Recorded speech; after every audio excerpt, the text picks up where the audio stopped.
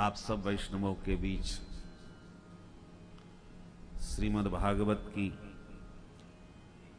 इस अद्भुत रसमयी धारा में हम सबको पुनः अवगाहन करने का सौभाग्य प्राप्त हुआ है।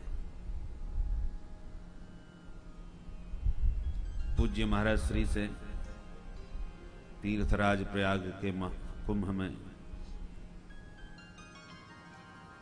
भेंट हुई और महाराज श्री ने आदेश दिया तो हमें हार्दिक प्रसन्नता भी हुई कि बहुत दिनों के बाद अपने गुरु भाइयों के बीच तथा अपने वैष्णव जनों के बीच रीवा नगर में भगवान की चर्चा करने का, सुनने सुनाने का सुअवसर प्राप्त हुआ।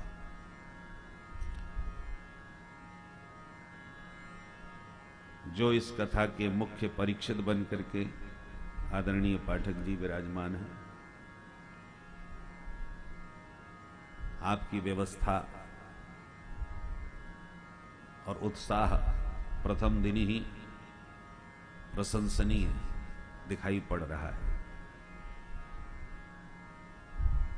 कथा की दिव्यता भव्यता के स्वरूप को आपने बहुत विधिवत अपने उत्साह में, अपने अनुराग में परिपूर्ण होकर के बनाया है। इसके लिए आप धन्यवाद के पात्र हैं।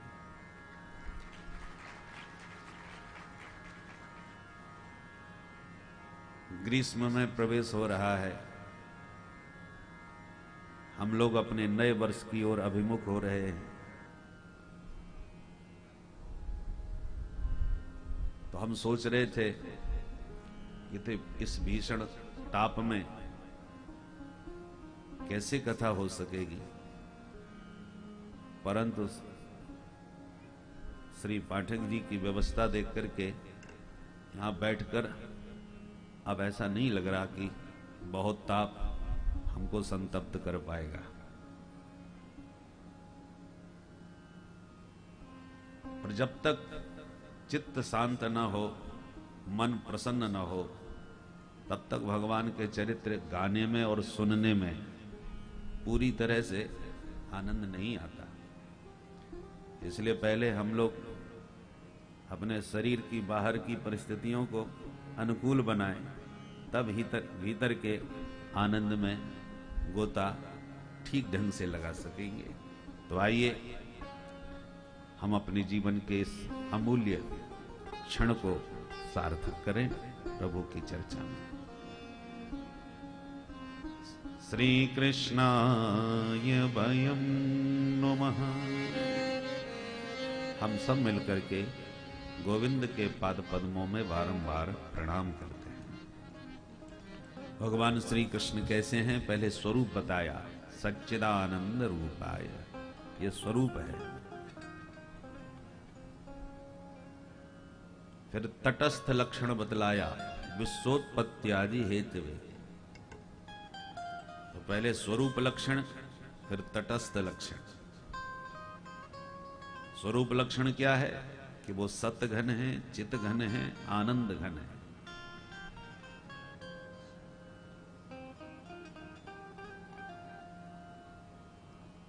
तीनों में से एक को भी आप हटा देंगे तो स्वरूप में कमी आ सकती है। सच्चिदानंद में से यदि सत हटा करके केवल भगवान को चिदानंद कह दो तो क्या हानि है? बोले सत के हटते ही परमात्मा असत हो जाएंगे। चिद माने ज्ञान और सत माने शाश्वत नित्य। तो भगवान नित्य हैं, ज्ञान घन हैं और आनंदमय हैं। भोले बाबा ने इसलिए राम जी रोते हुए दिखाई पड़ रहे हैं। हे खग मृग हे मधुकर श्रेणी कह करके प्रिया के विरह में प्रलाप कर रहे हैं, और फिर भी भोले बाबा कहते हैं जय सच्चिदानंद घन पावन, अस कहे चले मनोज न सावन। तो प्रश्न उठता है जो सत है वो असत मृग के पीछे क्यों भागा? जो चित है, ज्ञान घन है, उससे ये भी पता नहीं है कि हमारी प्रिया जानकी किधर है। वो उनकी जानकारी से अनभिज्ञ दिखाई पड़ते हैं, तो फिर चित कहां रहे? और जब प्रलाप कर रहे हैं, रो रहे हैं, तो आनंद कैसा? तो तीनों का अभाव दिखाई पड़ रहा है, न सत, न चित, न आनंद। राम जी के इस लीला में, प्रसंग में तीनों में से एक भी नहीं है, और फिर भी भोले बाबा देवादिदेव महादेव कह रहे हैं जय सच्चिदानंद। और इसी बात पर सती जी को भ्रम हुआ कि दो में से एक बात गलत। यदि ये वास्तविक सच्चिदानंदमय हैं तो देखने में तो कहीं कुछ भी नहीं आ रहा। और सच्चिदानंदमय न होते तो महादेव कह करके प्रणाम क्यों करते? महादेव साधारण देव नहीं, देवाधिदेव हैं। वो ऐरे गहरे नत्थु खैरे को सच्चिदानंद कह के प्रणाम तो नहीं कर सकते। महादेव हर किसी को प्रणाम करते भी नहीं, और प्रणाम भी करते समय सच्चिदानंद कह रहे हैं। इसलिए महादेव कह रहे हैं तो कुछ तो बात है, पर जो बात कह रहे हैं वो दिख नहीं रही। इसी भ्रम में सती जी पड़ गई। भोले बाबा समझ भी गए, समझाया भी, पर सती जी नहीं मानी। भोले बाबा ने कहा ठीक नहीं मानती तो कि नहीं जाए परीक्षा ले, परीक्षा लेके देख लो। परमात्मा की परीक्षा लेते समय सती जी स्वयं फेल हो गई। तो कहने का तात्पर्य यह है कि भगवान सतघन चितघन आनंद घन है। लीला प्रसंगों में जैसे कोई अभिनेता है, खरा करोड़पति है, मुंबई में बढ़िया बंगला है, सब प्रकार से सुसंपन्न है, और क्या करें पिक्चर में कुली बन गया। अब वो तो अभिनेता था, जैसा रोल मिल जाए वैसा करता है। कुली का रोल मिल गया या तांगे वाले का रोल मिल गया तो वो वैसा ही करता दिखाई पड़ता है। देखने वाले को कभी कभी भ्रम हो जाए कि हमने देखा है। जानते हो इनको, बच्चन साहब को? बोले हाँ जानते हैं। कौन है? बोले कुली है। अरे कुली नहीं है, कुली तो पिक्चर में है, वास्तव में तो बहुत बड़ा अमीर आदमी है, संपन्न है। ऐसे ही ठाकुर जी तो वास्तव में सच्चिदानंद ही हैं, वो उनका वास्तविक स्वरूप है, सही परिचय है। परंतु जैसी जैसी लीला दिखाना चाहते हैं वैसे लीला करते हुए दिखते हैं, होते नहीं। एक नट नाटक करते समय मंच पर न जाने कितने रोल करता है, और जो रोल करता है वो बिल्कुल वैसा ही दिखता है। हमारे ब्रजवासी जी आप देखेंगे 7 दिनों में जब नृत्य करते हैं तो लगता है कि महाराज कितना बिजली जैसा करंट है इनमें। दीपक जलाते हुए ऐसे फुर्ती से नृत्य करते हैं, और जब सुदामा जी बनते हैं तो ऐसे महाराज चलते हैं जैसे हवा आ जाए तेज तो गिर पड़ेगी। आप देखेंगे इनके अभिनय को, ये ही कलाकारी की विशेषता है। जैसा प्रसंग वैसा ही अभिनय, प्रसंगानुरूप करता है, पर जैसा अभिनय कर रहा है वो वैसा है नहीं। यदि कोई अभिनेता आतंकवादी का अभिनय करने लग जाए, कोई पिक्चर ही ऐसी हो, तो वो विशेषता उसकी तभी है कि वो आतंकवादी ही दिखना चाहिए, पर वास्तविक जीवन में वो आतंकवादी नहीं है, राष्ट्रभक्त है। और अभिनय मिला है तो उसको आतंकवादी जैसा ही दिखना चाहिए। तो भगवान प्रिया विरह में प्रलाप करते हुए जगत के जीवों को बता रहे हैं, सिखा रहे हैं। क्योंकि राम जी जब आए वनवासी बन करके प्रिया जी के साथ, तो जितने भी महात्मा दंडकारण्य के थे वो बोले भाई जिंदगी इनकी मस्त है, तपस्वी भी हैं और देवी जी भी साथ में हैं, खूब सेवा कर रही हैं। ऐसा ही जीवन होना चाहिए। क्यों ना हम भी एक दासी रख लें अपने पास, भजन भी करेंगे और दासी सेवा भी करेगी, जिंदगी आनंद से कटेगी। अभी भजन तो कर रहे हैं, तब कर रहे हैं, परंतु बढ़िया सेविका कोई नहीं है जैसे इनके पास। कितनी सुंदर हैं, कितना उनका ध्यान रखती हैं, कितनी प्यारी सेवा करती हैं। भगवान को लगा ये तो गड़बड़ हो रहा है, तो लीला करी, और ऐसी गजब की लीला करी कि प्रिया का हरण हो गया और जो भगवान ने रोना चालू किया, इतना गजब का रोए महाराज कि पशु पक्षियों से भी पता पूछ रहे, हे खग, हे मृग, हे मधुकर, जो रोते हुए बिलखते हुए राम जी को देखा। महात्मा बोले क्यों रो रहे हैं? बोले देवी जी का पता नहीं कहां चली गई, कोई निशाचर हरण करके ले गया। अरे राम राम, तो देखभाल करना पड़ता है, और हरण हो जाए तो ऐसे रोना भी पड़ेगा। कान पकड़ लिए, नहीं नहीं, अपन को झंझट में नहीं पड़ना, जैसे थे वैसे ही ठीक है। तो राम जी ने दिखा दिया, ऐसा ही न समझना, दासी को साथ रखने में सुख ही सुख में कभी कभी ऐसा रोना भी पड़ता है। तो ये तो नरलीला कर रहे हैं, प्राकृत प्राणियों जैसा व्यवहार करते हुए प्रभु दिख रहे हैं, पर वास्तव में इतने दुखी थोड़ी। आनंद के भीतर दुख का प्रवेश नहीं हो सकता। जो साक्षात ज्ञान घन हैं वो अज्ञान के प्रभाव में आ ही नहीं सकते।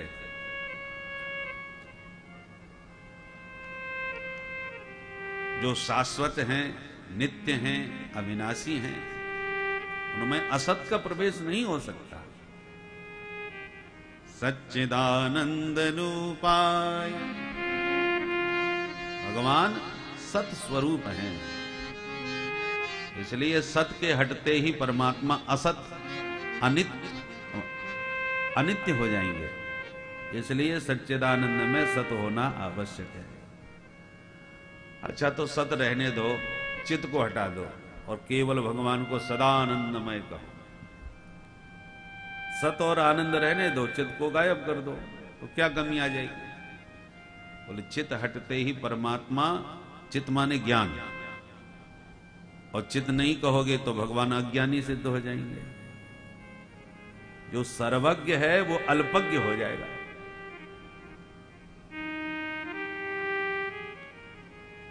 और यदि ठीक है सत्यचित कहो, आनंद को छोड़ दो, बोले यदि परमात्मा में आनंद ही नहीं रहा तो भगवान हमारे मतलब के ही नहीं रह जाएंगे।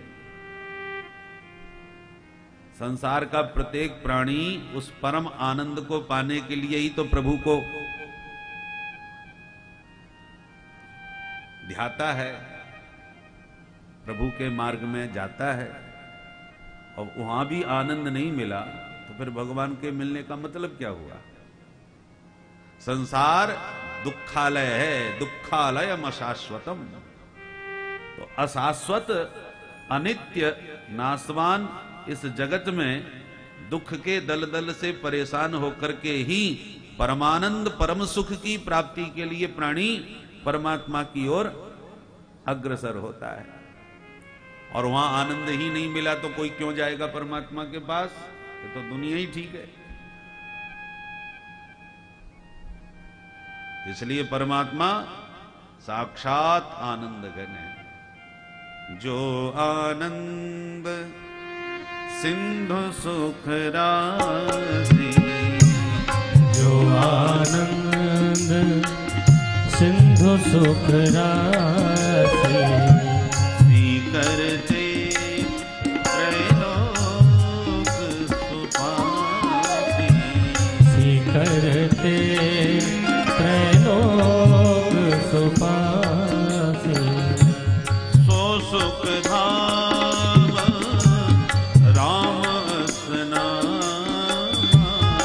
हो सुख धाम राम रस नाम।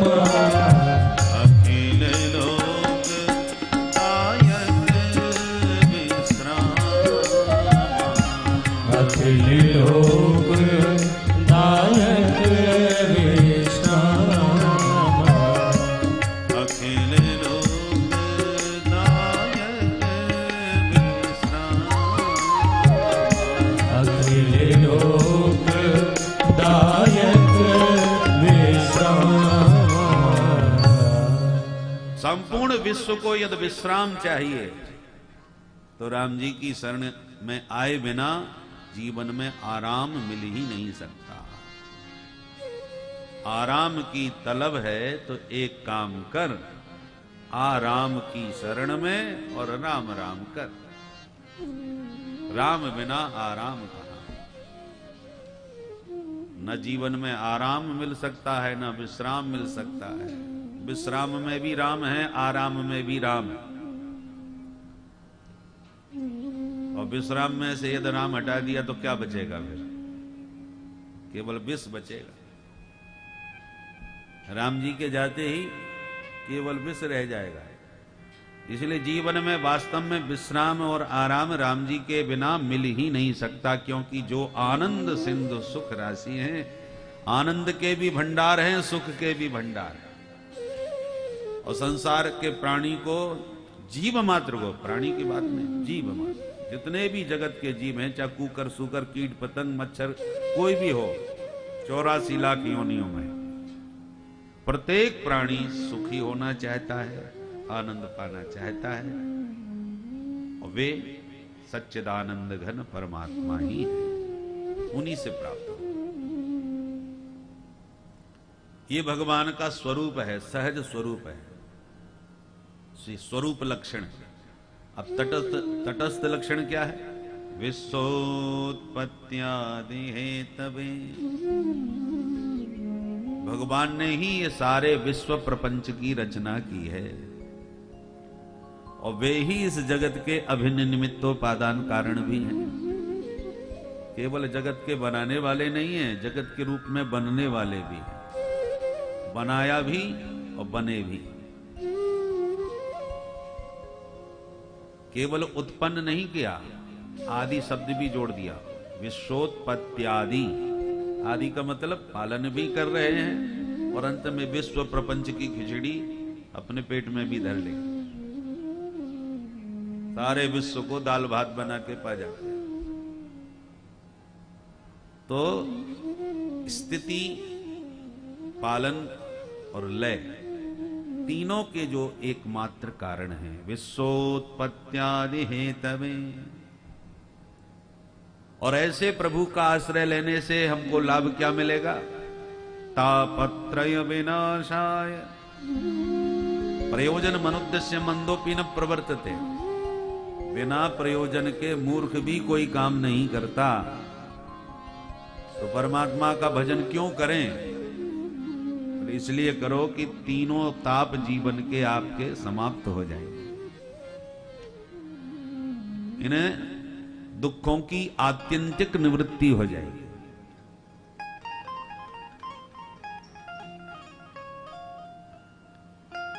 बुखार आया, डॉक्टर ने गोली दी, उतर गया। दूसरे दिन फिर